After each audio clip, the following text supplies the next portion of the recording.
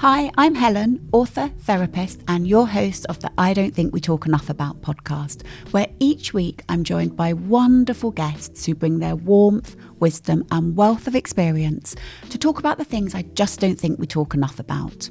And this week I'm delighted to welcome the joy who is Zoe Blaskey. She's a coach, best-selling author and host of the incredible podcast Motherkind, which has had over 5 million downloads. Is that right? Yeah, it's probably more now, yeah. Probably more now. And she was recently named as a top 10 podcast by Apple. Wow. Zoe is on a mission to help mothers shift from guilt, exhaustion and comparison to confidence and calm, despite all the pressure and judgment of the modern world. And I feel like I want to say there, where were you when I was a young mum? Mine have all grown up now. But she's here now and I can't wait to chat all things motherhood. Motherhood lasts a long time, actually. It lasts a long time. I think we sometimes get caught in thinking it's just a short while. It's a long time. And I just know this conversation is going to be full of absolute deliciousness.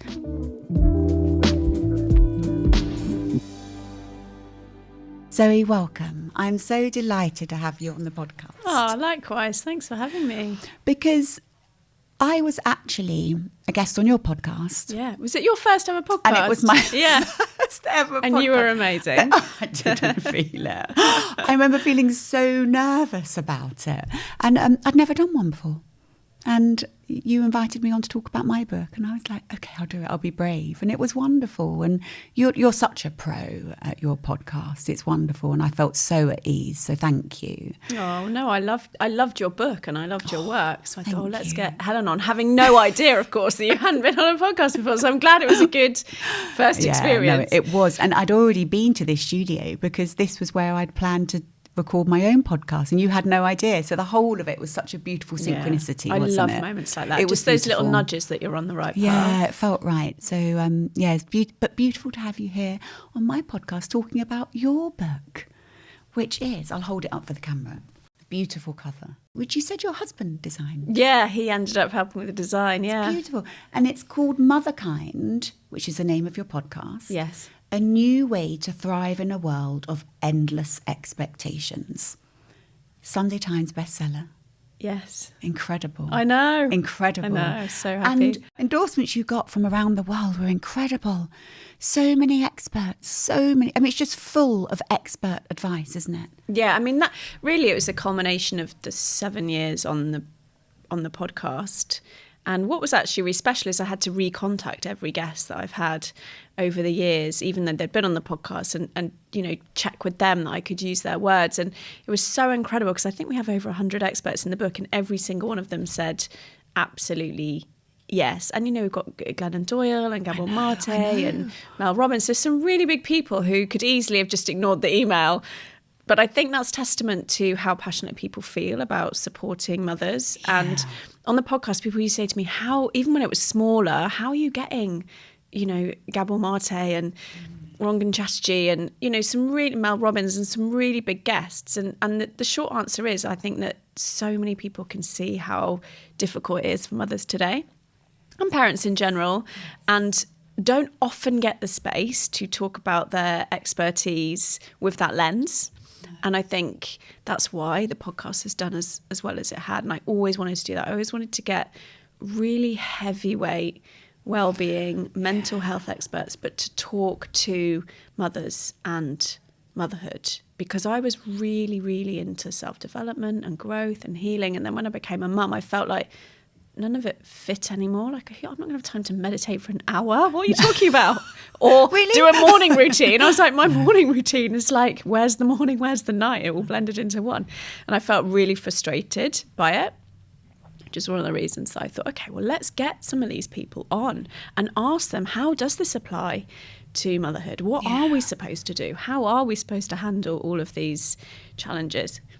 And so many of them were parents as well, weren't they? And I think that's why it resonated so much, is it was almost like they could come and talk without that lens of their profession. Exactly, yeah. And the realness of motherhood. tell me, tell me a bit about your background, because how did it all start? Were you a coach before you were a mother, and then... So I went to Leeds Uni and I did economics. Oh, I went to Leeds, but I didn't do economics. Which was really challenging for me. I loved economics in so many ways. In so many ways, it was so difficult. But I'm definitely the sort of person who I really like rising to a challenge.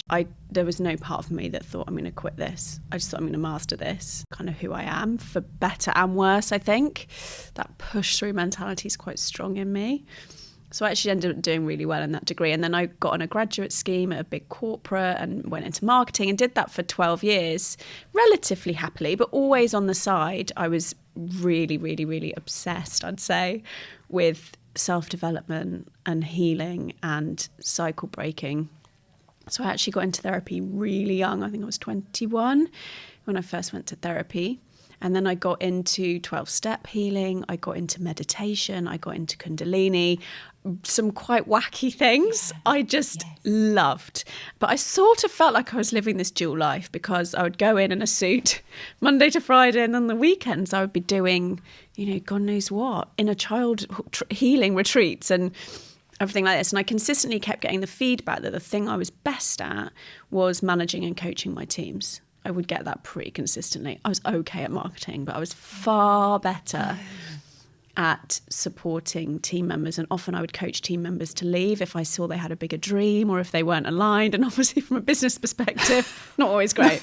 No. But I did do coach training, and every one of those jobs I managed to get some sort of training in management or leadership training or leadership coaching. So, but in no way did I ever really think that I would make it my profession. I just thought this is going to be my kind of outside of work passion and hobby.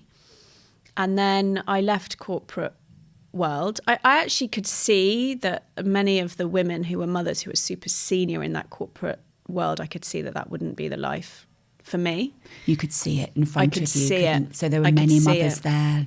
That's something it was I never faced said, as well. but No, I could see it. And I it. think that's because I'd done so many years of, I'm very empathic, and I learned how to tune into what wasn't being said and how people felt. And I could see just the stress and the burnout and the push and the pull. And I thought, that isn't for me.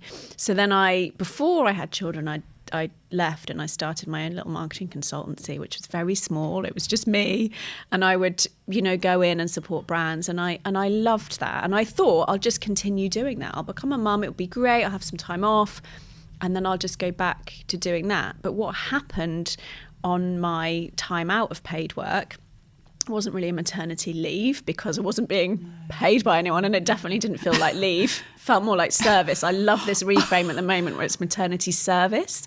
Why have I missed that? I have not even heard it. Yeah, it's an incredible reframe. And gosh, no, I've missed that. So we're now framing it as... Well, there's a book, Emma Barnett, who's an amazing journalist. I have seen it. Yeah, I love Emma. I've just seen her book. She's just You're released right. a book called Maternity Service, and I'm basically just continuing to talk about that phrase, because I think it's really powerful. This idea that you have that year off paid work, and it's kind of, luxuriously pushing a buggy around a sunny park, is not the reality for many mothers. For some it is, of course. Not every experience is the same, but for many, many, many.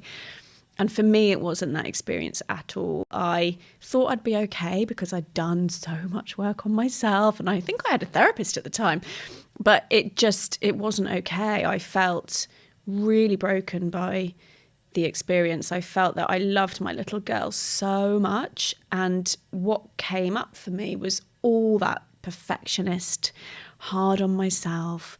My inner critic raged because I struggled with breastfeeding, and I struggled with bonding with her, and I felt really broken. What a word, though. What a word to say. Yeah, I did. Because I think I had these expectations of how it was going to feel, and no one had really, or certainly I hadn't found the people or the places or the information we were talking about how it could feel. And so I looked online. I assumed that there would be books, courses, podcasts, retreats, just like there was in my previous life, that would support me with this. And I found nothing really. This was a decade ago. I could say, how old is nearly 10. So how much has changed in 10 years? Oh my gosh, it's phenomenal. Because what was at 10 years ago, the best-selling book in motherhood was called Hurrah for Gin. I was sober. I was like, well, great, I'm really screwed.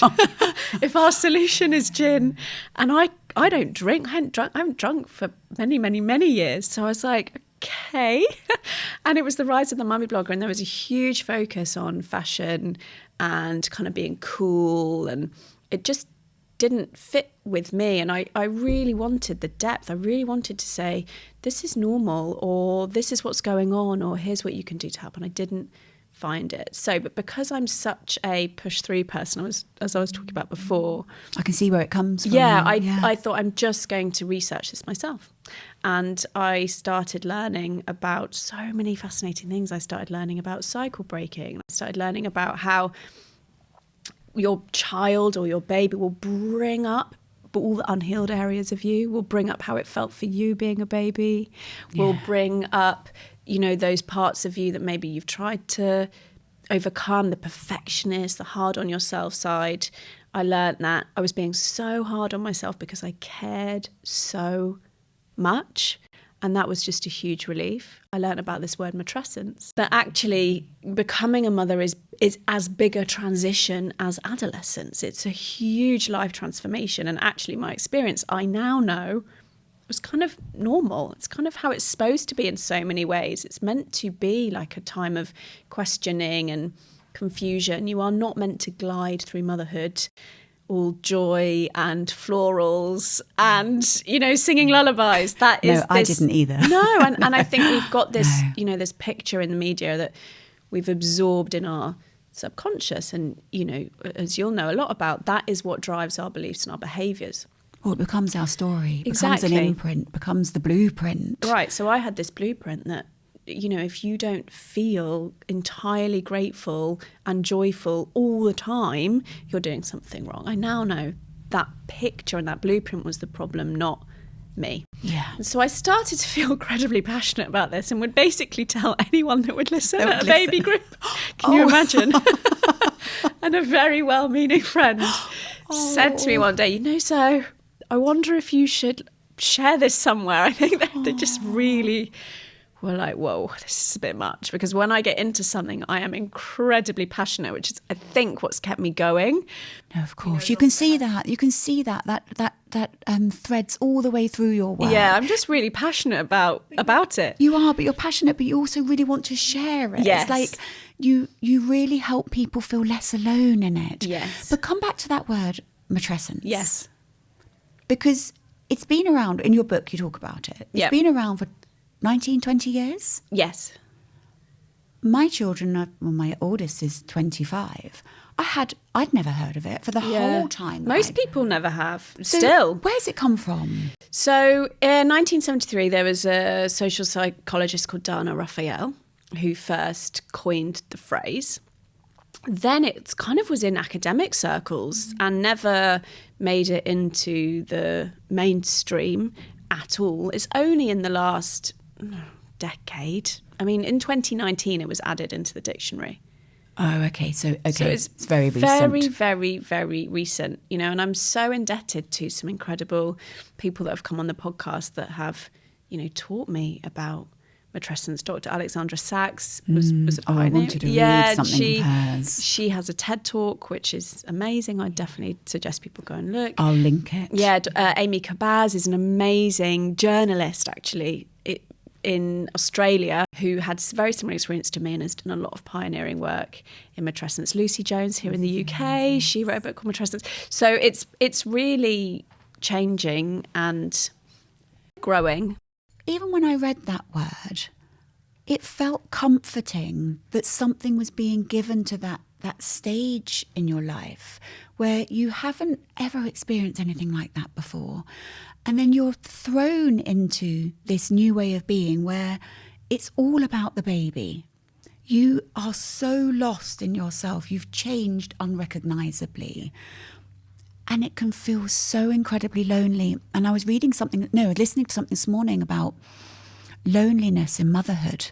The reports were saying up to 70% reported feeling lonely in motherhood because you just don't understand yourself. And when there's a lack of support, it's just amplified, isn't it, that stage? And so much through your book, when I was reading, if there was support laced through all of these lines, through all of these words, if we dearly held on to this fact that we felt supported, so much would make that matrescence easier. Yeah, exactly. And you know, I talk about in the book Gabor Mate, who's an amazing guy, and he talks about how actually it's not so much what happens to us in our lives as to how it impacts us. It's more about how supported we feel through what happens in our lives. And that's really why I wanted to write the book. You know, ideally I'd go around to every mother and give them a hug and give them that support, but I can't do that. This is my version of that. That is your version of it. Is to try and help someone feel supported and not alone. And I think you're right. That word matrescence, I think, just lands with people so much because, and I know when I heard it, I just broke down into tears because it was one word and one concept that completely explained the jigsaw of confusion and more joy and love than I'd ever felt, but also more isolation and loneliness and rage and fear and guilt and all of it. And it was all just in this big melting pot. And it's almost by putting a word on it, it normalised it for me. It made me feel like there wasn't anything wrong with me. And I really love the phrase, words make worlds. You know, without a word, it's very difficult to make sense of something. And I think that's why it's so powerful. I mean, I often think, imagine if we didn't tell teenagers that they were going to go through adolescence, if we just hid it under the carpet, that they were one day going to wake up and their body would feel different and their brain was actually different, which is what happens in matrescence, and their identity would feel all shifting and everything would feel strange. Imagine if we just didn't mention that and we were like, just carry on. Silence. Can you imagine? Well, that's essentially what we've been doing to mothers and continue to do. It really is. And I love the way you said about the words, because we use that in therapy all the time about if you could give a name to this feeling now, if you could name this experience, the moment we put a word to it, it's like, oh, I can hold it. That's right. Well, in Buddhism, they call it name it to tame it, don't yes, they? Yes, it's mindfulness. It's exactly that. And it's that word just helps soften, doesn't it, the experience.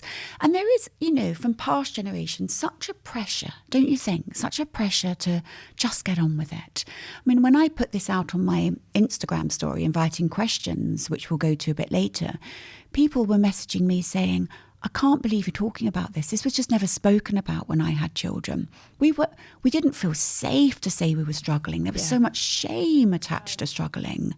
I mean, that's across the board as well, isn't it, in the moment? I feel like I feel so grateful to be alive at this time, you know, at any point in history, because I feel like there are so many things that were once so shameful that actually now not only are accepted, but are being more supported, like menopause. I mean, it is wild to me that in many ways there's very similar parallels with matrescence, that we just let women. I actually said sorry to my mum. I said, I had no idea what that must have been like for you. Even in our family, we completely ignored it. Just it wasn't a thing. No, I know. And just that understanding, like, I think, who was it? I can't remember who it was now. Someone on Instagram the other day was walking around and asking, I think it was Emma Neville, actually. She's doing a lot of work, Gary Neville's wife, on menopause.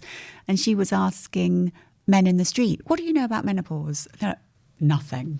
That's it. It can feel like in our Instagram world, because everyone that I follow is you know, wonderful people like you, pioneering, honest, passionate. I think talking about when things. you step outside of that, you realise actually we've got so far to go. And I went onto the street and asked people if they knew what the word matrescence was. Did you? Yeah. Oh, I didn't know. Yeah, and no one did.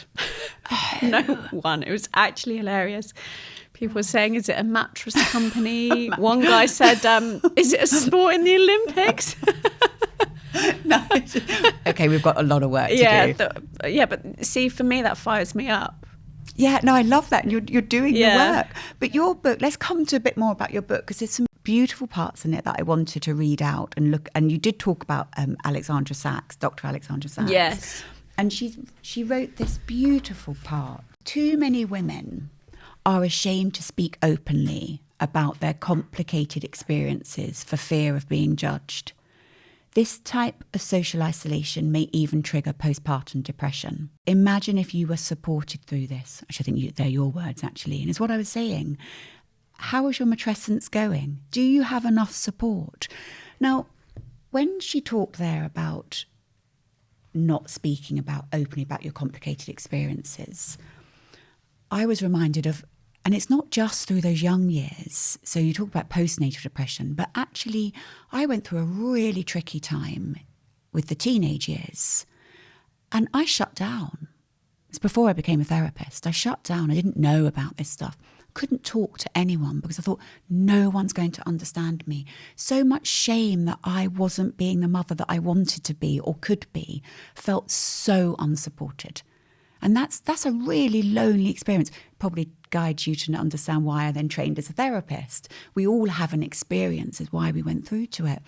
But she says so clearly and beautifully there, support those mothers. Did you feel supported in those early years and through the years? I did once I started Motherkind. Okay. I really did. Okay. I really did, because I just immersed myself in honesty, really. Yeah. And the community's grown, but in the early days it was very few listeners, and it was just DMs back and forth, and it was a lot of I did feel supported. Not before I started. I felt it's one of the reasons that I started it. I definitely felt that loneliness. You were searching for it, weren't you? Confusion. Yes. And I was searching for that community where I could talk about these deeper, more complex feelings without judgment. I love that. And you talk about identity as well. How did that affect you? Because that's one of the big things, isn't it, of motherhood, is one moment you're not a mum and you had your corporate work or whatever you were, your new business.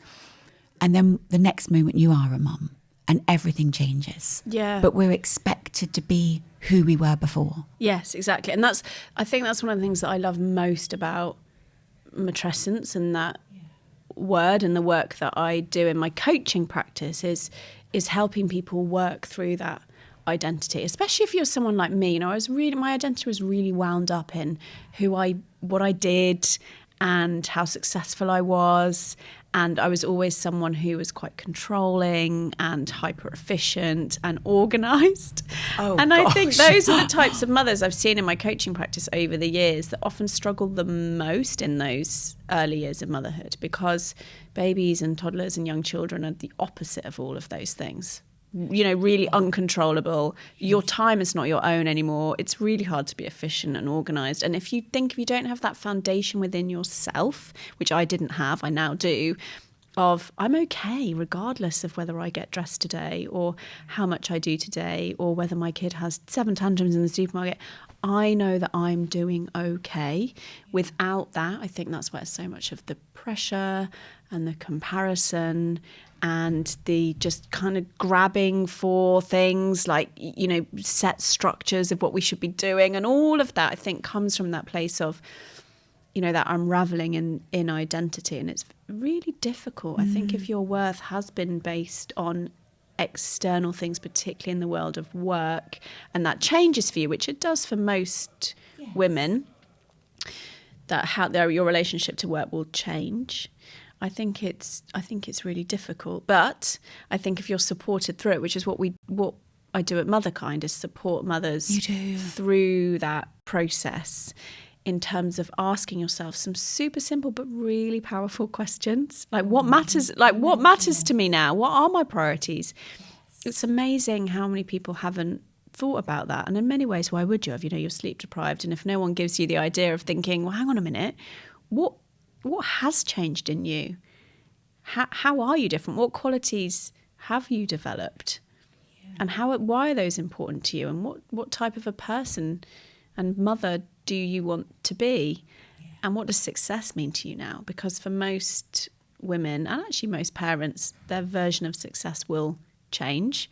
But I think if you haven't got that defined and you haven't got that clear, it's so easy to just keep trying to go back. I just want to get back. You're right. It's the going back. Yeah, because it feels like a safety net. Like when, the seas are choppy and, you don't know who you are and you're in your matrescence. You're in that kind of no man's land of figuring it all out. It's like a life raft to go back. I'm just going to try and get back to the old me.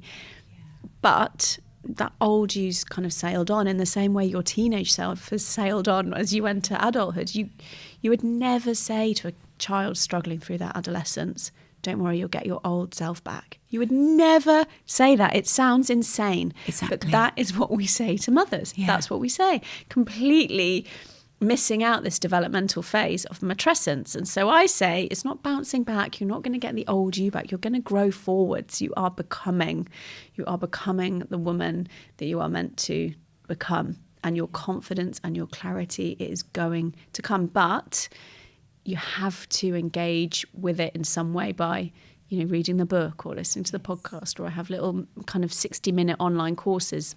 You do. Super accessible from a time and a price point, because I just want to reach as many people as I can. Watch that, or even put it in your ears and answer some of the questions, because clarity only comes from taking a pause. Yes. You know that, right? Yeah. That's what therapy is. It's taking that pause and getting that clarity. Perspective. Stepping back. I love the way you, throughout the book, you put those questions in. And I love that question you said there. And I think that's really grounding for a lot of mothers.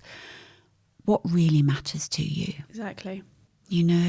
And the reason that we get caught up in all the other pressures is outside noise. Exactly. And you have a chapter on that, I think, don't you? I do. Yeah. So there's a whole chapter called Take the Pressure Off, which is about so much of the pressure that we feel. Well, there's two ways that we feel the pressure. One is the external pressure, which is what you were talking to there, which is, I should be doing it this way, and it should look like this, and my house should look like this, and I should look. That's all that external pressure. How does your nervous system feel? God, stress. Yeah, you can see it. Look at that. You did the dysregulation, exactly. the body language. Can you see it? It's just the should. I really felt that when I read that. You had that whole list of I should. Ooh, and it is. It's fear, isn't it? You're either, how do I do that? It becomes too much, doesn't it? Well, it's impossible. It's impossible. Because we're battling those subconscious ideas and those blueprints, as you would call it, and the stories of how it should be, and all the way that motherhood is portrayed in the media and on, it's a huge amount. It actually takes a huge amount of confidence, and that's what I tried to do in this chapter, was to teach people, actually, let's look at where all that external pressure is coming from, and some of it might be important to you, but some of it won't be. So let's a lot of it won't be. A lot of it won't be. But, let's work through that together and, pick out and throw away the things that don't matter. And then there's internal pressure. I have to do this perfectly. I can't make a mistake. And often that comes from much before motherhood. Those are old patterns. And that's why I talk about motherhood is such a time where you can start to shed some of those old ways that actually weren't serving you. Think about, okay, what would it look like if I could just take some of that pressure off myself, if I could be kinder to myself, if I could start to notice where my critical voice gets loudest, and how might that look to reframe it? How might it be if I started to feel more worthwhile just for being me as opposed to what I can achieve? And that's really big. I'm still on that path. That's huge. But you can start it.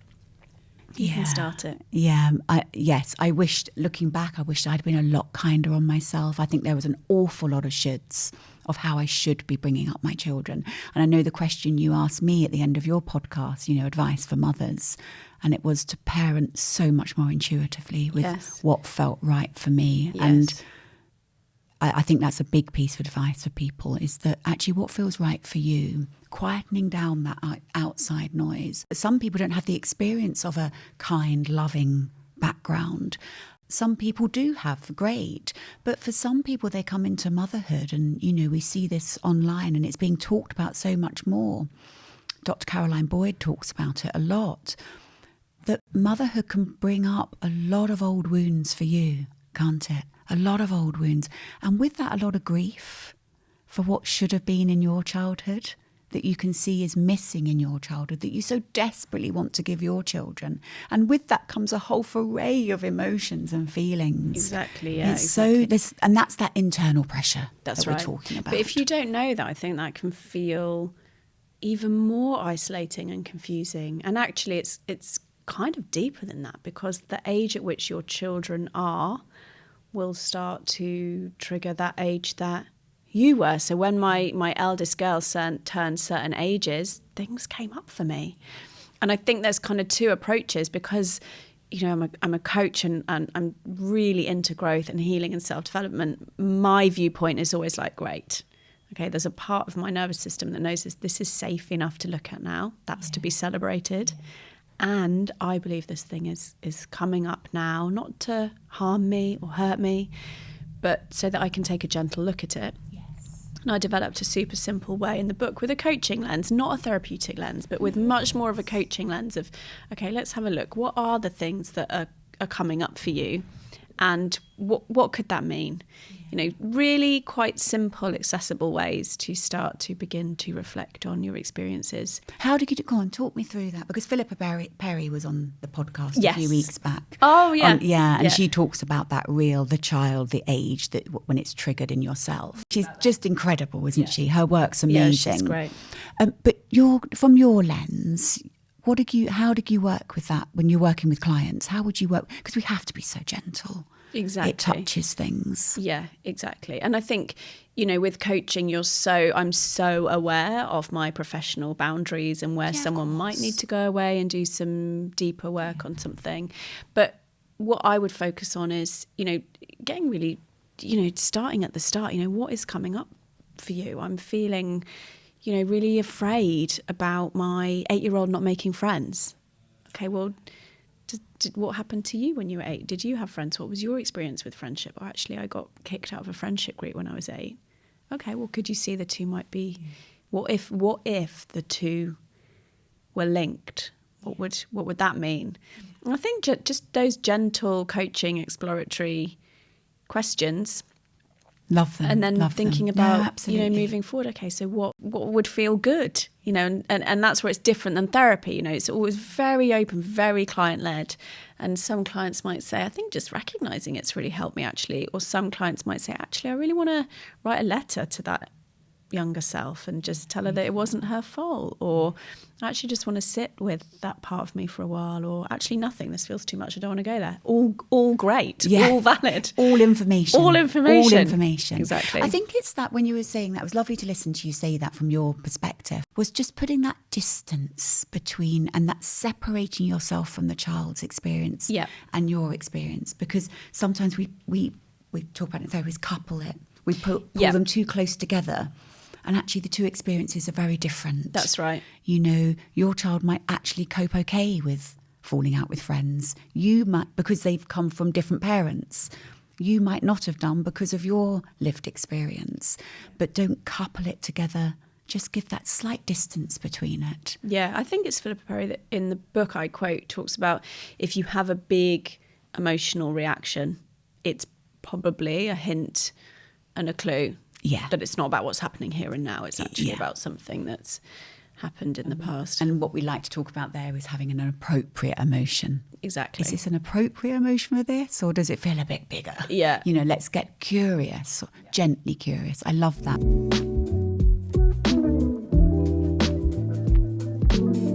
My book, Choose You, is out now and offers you ways to prioritise you, meet your needs, say yes to you, develop a more secure sense of self where you feel you matter.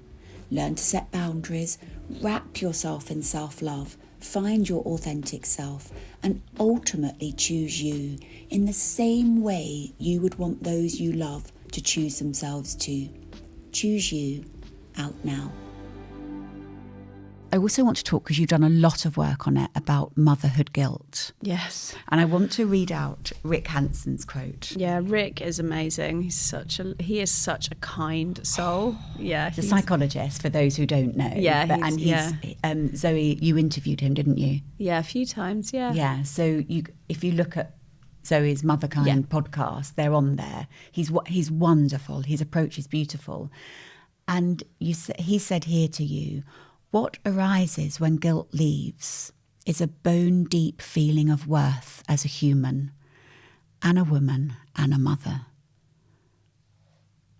I love that so much. Yeah, because the gorgeous. guilt stops us feeling present, stops us feeling regulated. So I have a big thing about always wanting to be present with my children or whoever I'm with.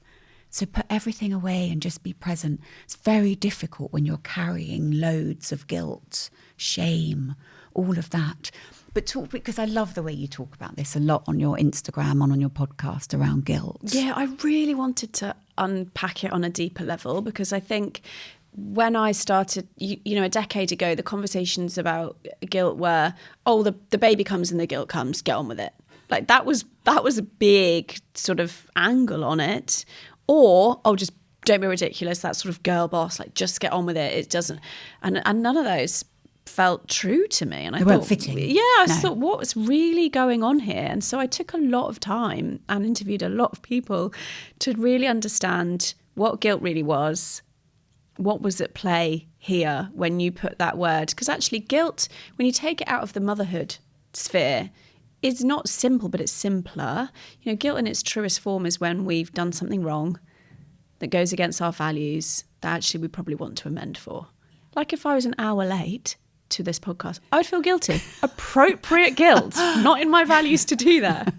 So guilt actually can be a good thing. It can nudge us to live more in line with our values. But you put the word motherhood or mum in front of it, and it takes on an entirely different spin. It's not about doing things that aren't in line with our values anymore. It actually becomes far more about the expectations and the pressures and the standards, and whose standards are they, and that inner critic. And a huge part, I think, of what we call guilt is actually just the tension of modern motherhood and having to make hard choices all the time. But that's tension. That's not guilt. You're not doing anything wrong. And so I think when mothers say to me, I feel so guilty about having to go to work. Well, why? Is that against your values? It's probably within your values to provide for your family, to keep that part of identity for yourself. So it's not guilt. You're not doing anything wrong. But you're probably feeling the very real tension of having to make hard choices, of wanting to be in two places at once, which is impossible. You've probably got a really strong inner critic that tells you good mothers stay at home all the time. You've probably got so many things to unravel. So my work on guilt, in a way, I'd like it to be more sort of pithy and a one-word answer, but actually it's such a complex thing that it needs a little bit of unraveling. And so I developed it as a model in the book, and I even put a flowchart in just to help people really unravel it. No, you really do. And really think about what is going on here, because some of the time it might be something that you might want to look at. If you've got a value of speaking kindly and compassionately and you're screaming at your children non-stop all day and you feel guilty, I would never say to you, don't worry about it. Well, no, hang on. That's probably a sign that you're not okay, that your needs aren't being met. Let's support you in that. Yeah. But if you're feeling guilty all the time for being a human who has to work and earn money and be imperfect, definitely that's not okay. And I think if you leave that guilt unaddressed, like Rick Hanson's alluding to, it really will chip away at your worth. It will chip away at your confidence. It will chip away at your nervous system, at your body language, how you show up. It really impacts everything. So it is really worth taking 20 minutes to unravel what might be going on there, because it's hard enough as it is. Really. It is we don't need to be dragging along guilt and shame. That heavy guilt, but it's just that way of reframing it, isn't it? It's of changing that inner critic, changing that voice of guilt. Exactly. Putting new words to it that fit differently. There's a lovely concept, and I think you bring it in the book, but obviously we talk about it all the time in therapy around rupture and repair. Yeah. And obviously that came from Bowlby's work and someone else, but I can't remember. And it's important that we have rupture, because actually we need the rupture to teach our children how we repair. Exactly. Yeah. So if we do feel like we have done something wrong with guilt, own up. Actually, I didn't handle that right. I'm really sorry. How can we do this better? Or mummy will do this better. That transparency teaches our children that they can make mistakes. They don't have to be perfect. All of your themes, they just all interlink with each other the whole way through. Compassion, self-worth, honesty, communication, our needs being met, support, and being that person for those people around us too. Exactly. But we can only do that, of course, when we're resourced. We have to look at our own resources. Yeah, it's that right. Fill your own cup first, isn't it? That's right. And when I first started, that was seen as quite controversial. And selfish. And I used to get some nasty DMs. Oh. But I think that's what happens when you start not a new conversation by any stretch, but when you're in a conversation that doesn't feel, now it's so different, and I'm so happy that it is. But to me, it never made any sense how we talked about parenting. And I would read these parenting books, when I was pregnant and in the early days, and they never talked about the regulation of the caregiver. Yeah. And I thought, this is insanity. It's like having asking a teacher to teach a kid to spell that can't spell. It's insane. I was like, how are none of these books talking about, by the way, if you're not regulated and okay, there's no way you're going to be able to speak kindly or set a boundary or hold a boundary or any of it. And so that was another huge fuel for my fire, really, for Motherkind, because it was so confusing to me. And that moment you think, is this me? This is nonsensical what people are talking about. We spoke about this when I came on your podcast, actually, about how necessary it is to understand that the mother needs to be regulated. Yes. Because then we can be a safe nervous system for our children. You don't need the tips and the tricks and the strategies. You really don't. I've experienced this. Yes. I've been a dysregulated, stressed out mum at times, and I've been a really regulated, full of kind of being grounded and confident. And it's like night and day. Two different mums. Yeah, two different people, and the cooperation and the connection that I get from my children because of mirror neurons. So actually, of course, children are picking up on our state and who we are and how we feel in that moment far more than they ever are on. If you scream the right script or the perfect parenting line at a child, it's not going to land. Whereas you can say something insane in a kind, calm way, and they'll probably nod along and do what you want. I know. It is that. It's that attunement, isn't exactly. it? I love the way that you've brought that in. We're now going to the next section of the podcast, where I invite questions from my gorgeous Instagram community. And so many came in, so I've handpicked a few out and tried to group them together because there's an awful lot came up about guilt, identity, and people wanting just something to hold on to understand, more, so it's not to feel quite so isolated. Yeah. One question, I love this. What do most I don't know what most mums would want, but what do most mums wish they'd done differently when having young children? So I suppose I'd say to you, is there anything you wish you'd done differently? I think... Please say yes. Yes. Yes, of course. But I think most mothers, and many of the mothers in my community, I think people sort of think that I talk to new mothers, and that's actually not the reality. Many mothers in my community have teenagers and much... So I speak as much to older mothers of older children as I do of younger, and they often say the same thing to me. One is the first thing, I wish I'd discovered this sooner and I wish it was around because I was so unsupported. And the second one is I wish I'd given myself more of a break. I wish I'd been kinder to myself. I wish I'd realised that there is no perfect way to do it, and what an intense season of life it really is. And so many mothers, actually including my own, have said to me, I wish I gave less shits about the washing up and the cushions and all of how it looked, and just gave myself a bit more of a break. That season when you're juggling and you've got young kids and, it's really messy and it's really intense, and that's okay. Yeah. So I think many, many, many mothers wish they'd been kinder to themselves. And you said that, actually. I noted you said that earlier. I wish I'd been kinder to myself. I think you're so right. I think the trouble is when you're in it, you have no high insight that it's ever going to end. So you just think, I can't live in this mess, or I can't, everything has to be perfect. Exactly. it's only that hindsight of looking back and you say, oh, I know. Actually, it wouldn't have mattered. What would it have mattered if I'd just stayed in my pajamas all day? Yeah. Or, Well, so many mums in my community will tell me, I was 10 minutes late to the baby group, and they'll be, and in many ways I so get that, because when your internal world feels so out of control, we tend to want to control the outside world. We want to be tidy and neat and on time. So what can we control? Mm-hmm. Yes. But I think there's such a power in flipping that completely on its head. Just thinking, I'm going to control my stress levels. Yeah. We're late for school because I'm like, I would rather get us all to school calmly. I know. Everyone's regulated and be 15 minutes late than we're there on time and I'm screaming and they're crying. But I think you have to have that confidence to do that. And that's really what I try and help people develop, is just that confidence to take that pressure off a little bit.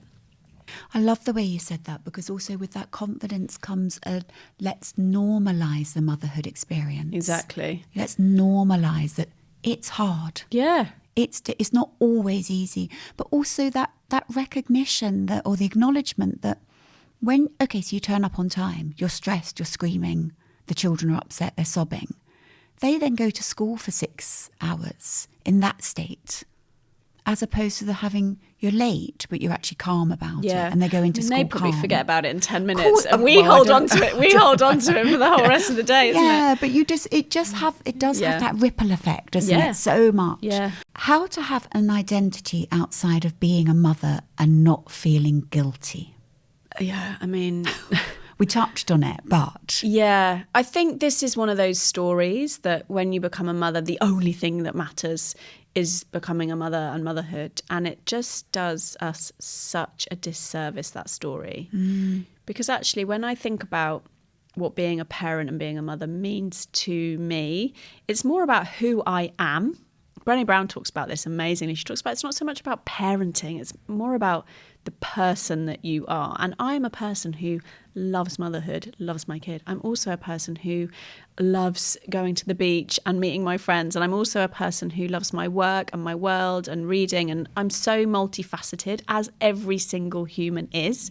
And I think when we try and shut off those other parts of us and just think, no, I'm a mother now, that needs to be, that's where so much of the kind of loneliness can come in as well, because you're not embracing who you are as a full human. And I would argue you're actually doing a disservice not only to you, but to your children. Yeah, of course you are. Because when you have identities outside motherhood, you bring those into that relationship. Like any relationship, it's not like you get married and you think, right, I'm a wife now. I'm just going to, I'm not going to think about any of my hobbies. No. That would be insane. But again, that's what we sort of say to mothers. So I think... firstly, it's really important to figure out who you are now in motherhood. And I really help mothers do that through my work and the book and the programs. And about the guilt, that is definitely sits on this side of that toxic guilt. I suspect that person has absorbed a story, or maybe had a mother who was one of those two extremes, that she felt completely seen by, was with her all the time, or the opposite. And so I think there's probably something going on there, which is a story about good mothers are only obsessed with their children, and that's it. And that's where that guilt is coming from. It's not yours to carry. No. And I think there's a little bit of self-exploration I'd love that person to do, which is, what do I want to explore? Who am I? What are my identities? And how do I do that in a way that removes that guilt by focusing on what that brings to my children? One of the quickest ways to remove guilt is to focus on, what am I bringing to my children? Through my work with Motherkind, I have brought so much to my children. I mean, it's wild. Imagine if I'd never started it because I thought, I'm too guilty. I shouldn't be doing this. No. You're a different mother from 100%. Having done the Motherkind. Yeah. And I think I love the way you say that about bringing in all those elements of the identity and not getting stuck. And we're right, we don't know, we can't see behind this person. Yeah. We can't see I'd love them to be sat there every person. I want to coach you. Exactly, no more. And I always say to people when we're looking at identity, pop is a Gestalt technique, but pop your name in the middle of a piece of paper and just jot down lots of things about you. It doesn't have to be about what you do, but just who you are. Exactly. And that reminds me, I think it's Oprah Winfrey who said, go back to what you loved doing as a child. Yes. What was it? And then just from that sparks new ideas. Because being in motherhood, you can get very stuck. You know, you can get stuck with what is my role? Who am I? I remember that, that feeling really strongly. Especially as you have no time. There's no time to think. Exactly. If you're doing paid work outside the home as well, and you're in the home carrying, let's face it, probably the majority of the childcare and the mental load. You're shattered. You don't have the time, and I think that's where it can be so challenging. But this isn't about I'm going to go off and do a 2-week art course, or it's about what tiny little things can I do. Instead of picking up my phone, can I read a book? I always used to love reading. Like, could I do that? Could I there's so many little ways that we can start to bring that jigsaw puzzle back of ourselves, and that's the process of matrescence, is slowly putting yourself back together again, but with this new identity. And with that, when you were saying about picking up the book because you loved that, the regulation that brings, which then helps build resources. Exactly. The phone scrolling's never going to bring the resources you need. No. We all know that, but we still dip for it. Yeah. And so we have time for one more, which is the question I ask all my guests, which is, what does it mean to you to choose you?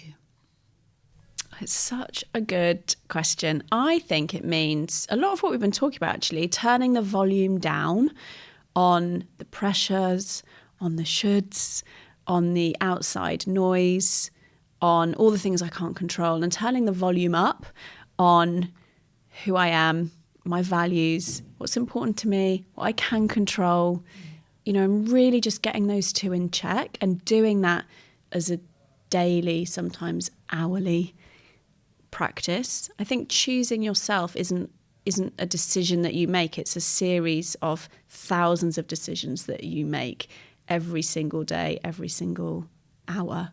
And I often talk to my clients about, every decision either builds our worth and it builds the person that we want to step into, or it does the opposite. Even as much as I'm really thirsty. So many mothers will be like, I haven't got time to drink a glass of water.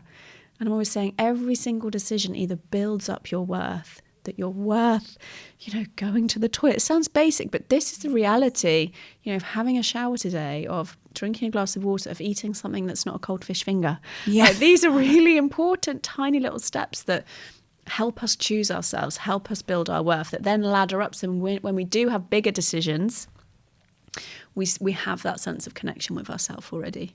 That was beautiful. I love that. Oh, you're welcome. Zoe, thank you so much for coming to talk to me today. It's been such a beautiful conversation. Yeah, I've loved it. And I know that the listeners will just get so much from you. So thank you. Thank you. Thank you. And thank you for listening. If you enjoyed this episode, it would mean so much if you could follow the show, leave a quick rating, and maybe even a review to let others know what you think and whether they may enjoy the conversation too. Your support genuinely means so much. Thank you. Enjoy your day.